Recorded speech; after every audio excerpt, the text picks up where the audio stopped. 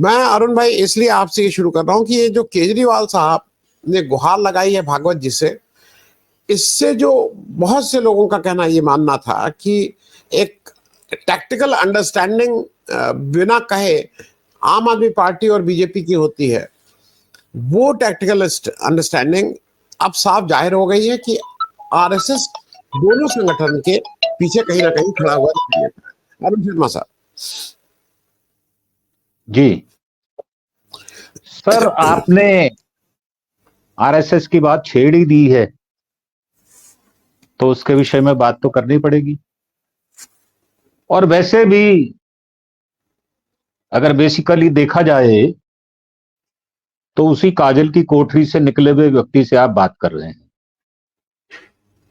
और जब तक हम रहे उसमें, ये बात ठीक है कि मैं अपनी मर्जी से नहीं गया था, मैं मात्र 8 वर्ष का था और मेरे पिताश्री नूतन मराठी शाखा पहाड़गंज, जो कि झंडेवालान से 2 फरलांग की दूरी पर थी, तो बाल शाखा लगती थी सायम की, वहां छोड़ आए थे। परंतु पिता के रहते रहते 93 में वो जीवित थे, मैंने उनके सामने ही बीजेपी आरएसएस दोनों को छोड़ दिया था।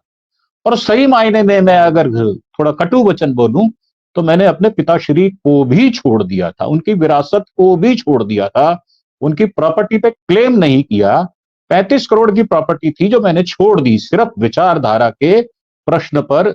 जब मेरे सामने खड़ा हो गया तो मैंने सब कुछ छोड़ना पसंद किया। वो जहरनुमा जो गोली रोज खानी पड़ती थी सवेरे शाम, वो नहीं खाना पसंद किया। अब आप बात कर रहे हैं आरएसएस की, तो मैंने आपके प्रोग्राम में पहले भी कहा, आरएसएस तो 2 फ्रंट पर लड़ाई कर रही है सर। एक वो छंदम रूपी हिंदू जो है उसकी भी छवि गढ़ना चाहती है और वो हिंदुत्व में भी रहना चाहती है। मतलब वो एक हाथ में मुसलमानों को भी रखना चाहती है, ये कहकर कि हमारा डीएनए एक है। परंतु जो कुछ संभल में हो रहा है, संभल में अभी ताजी एक घटना आई है कि एक मस्जिद के सामने पुलिस चौकी बनाई जा रही है, रातों रात बनाई जा रही है, क्योंकि कोर्ट्स की छुट्टी है। अब बात करते हैं केजरीवाल की। मैंने आपके प्रोग्राम में ही कहा था कि केजरीवाल एक अकेली अठन्नी है और दूसरी अठन्नी हमारे मोदी साहब है। ये मिलकर रुपया बनते हैं, ये पूरक है एक दूसरे के। एक पेन है, एक शाई है, उसके बिना उनका काम नहीं चलता। या तो आप मेरे जैसे हो जाएं ब्लंट, आप विद्रोह कर दें, विद्रोह करें विचारधारा पर, फिर आपके सामने आपके पिता ही क्यों ना खड़े हो जाएं, आप विचारधारा के साथ जाते हैं। अंदर रहकर मैंने कुछ ऐसी कुरीतियों को देखा कि जो मैं पिताश्री से नहीं कह सकता था। अब पिताश्री मेरे 1926 में पैदा हुए, आज होते तो 98 ईयर्स के होते। अब उनके सामने बहुत सारी बातों को कह नहीं सकते थे, लिहाजा उचित यह समझा कि इस गंदगी से बाहर निकला जाए। और वो गंदगी है कैसी, वो आपने देखा, मैंने आपके प्रोग्राम पर भी कहा कि मोदी जी आते हैं 2014 में और 14 में ही जमीनें खरीद ली जाती हैं, बेनामी जमीनें, जिसमें 460 उनके ऑफिसेस बन जाते हैं, डिस्ट्रिक्ट ऑफिस बन जाते हैं, आलीशान 5 स्टार दिल्ली के अंदर हेडक्वार्टर बन जाता है। आरएसएस की 10-10 मंजिली बिल्डिंगें बन जाती हैं झंडेवाला में, जहां हम कंचे खेला करते थे। तो मेरा मानना यह है कि केजरीवाल साहब की अगर 2012 से सारी हिस्ट्री देखी जाए, छानबीन की जाए, तो किसी भी रूप में वो मोदी जी से भिन्न नहीं है। जो आज की बीजेपी है उससे हूबहू वो मिलते हैं।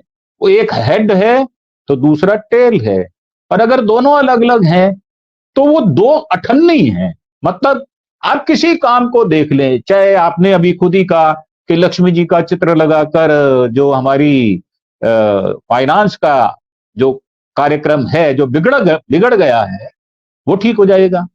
और वो कैसी कैसी बातें करते हैं, चांदनी चौक में हनुमान जी की पूजा करने के लिए चले जाते हैं, जेल से आते हैं तो हनुमान मंदिर जाते हैं, जेल से वापस जेल में जाते हैं तो हनुमान मंदिर का मत्था टेक के जाते हैं। सर ये तो आपको भी पता है कि रिलीजियसली मैं भी स्पिरिचुअल लेवल पर मैं भी भगवान को मानने वाला व्यक्ति हूं। और मेरी आस्था इतनी दृढ़ है कि मैं कोई भी काम भगवान का नाम लिए बिना नहीं शुरू करता। पर मैं नाम जब लेता हूं तो वो मन ही मन प्रार्थना करता हूं कि मेरे साथ में जो खड़ा हुआ व्यक्ति है उसको मेरे बारे में ये ना पता चल सके कि ये ऑर्थोडॉक्स है। ऑर्थोडॉक्स नहीं है, परंतु जब भागवत साहब ये कहते हैं कि हर एक मंदिर की जड़ में शिवलिंग क्यों खोजना, और फिर एक बार नहीं कहा उन्होंने, उन्होंने 2-3 बार कहा। उन्होंने कहा कि कुछ कुछ लोग नई जगहों पर विवाद खड़ा कर हिंदू नेता बनने का प्रयास कर रहे हैं। सर कौन है वो? आइडेंटिफिकेशन तो हो।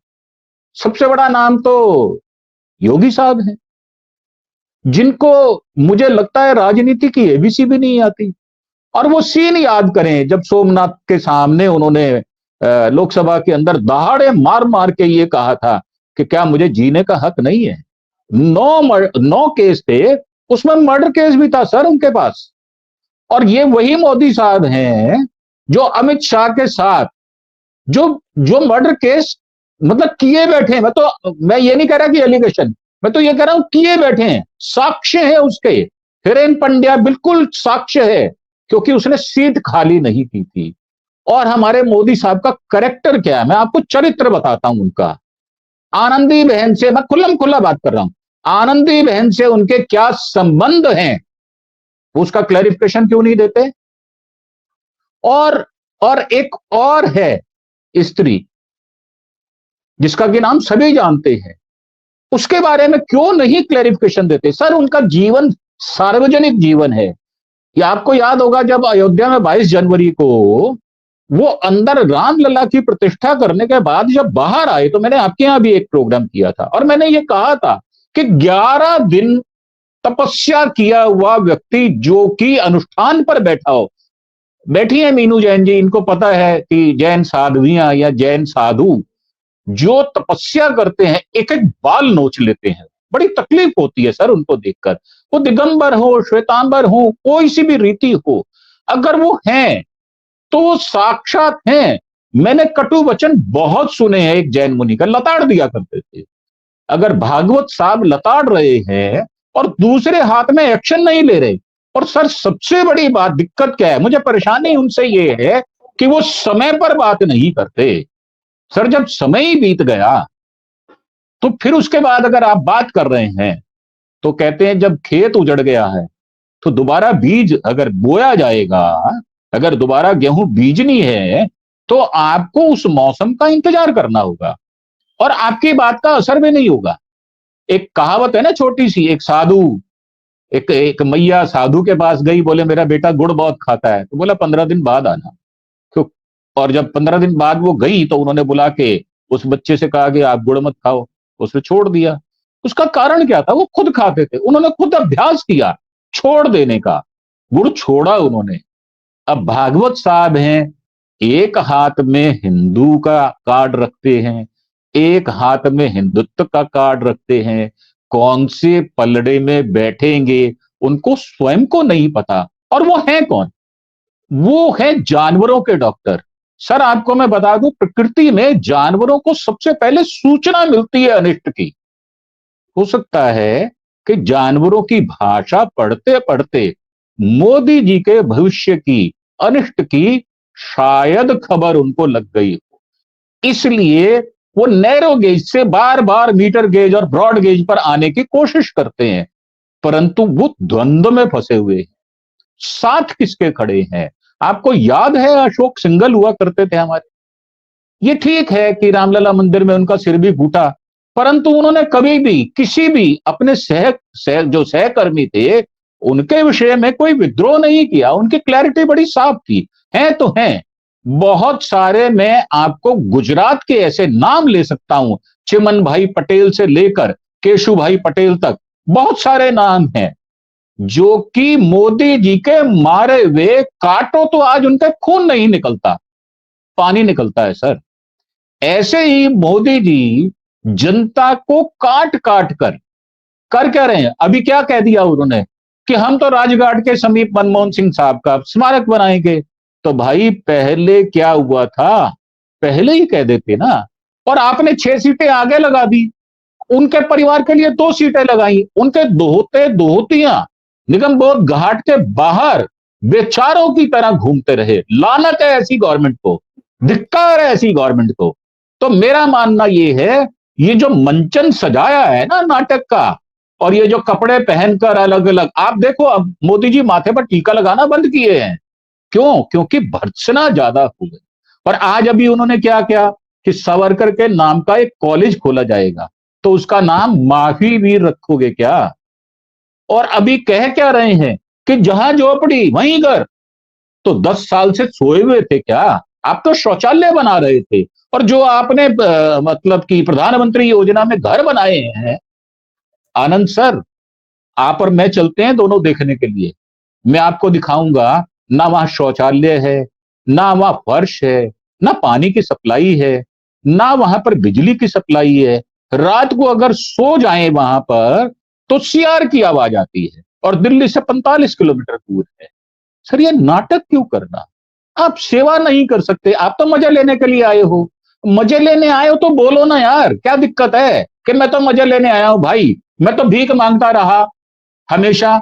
मैंने भीख मांगी है, मैं अभाव में जिया हूं, मेरी मां बर्तन मांजा करती थी, मैंने कभी अच्छा खाना नहीं देखा, अब मशरूम का खाना खाने को मिल रहा है तो खाने दो यार, दिक्कत क्या है? परंतु उनको वो सारे नाटक करने हैं, जैसे हमारे यहां शास्त्र कहते हैं ना, क्रिया चरित्रम, 3 प्रकार के चरित्र वो निभाते। जब आरएसएस में जाते हैं तो उनका ढोल पीटते हैं, और उन्होंने कहा था ना, ये मनरेगा का ढोल मैं गले में डालकर पीटता रहूंगा। तो मनरेगा का ढोल नहीं था, दरअसल में वो हिंदुत्व का और हिंदू का कार्ड था जिसको वो पीट रहे थे। और आज जनता जो है उनके विषय में सब कुछ जान चुकी है।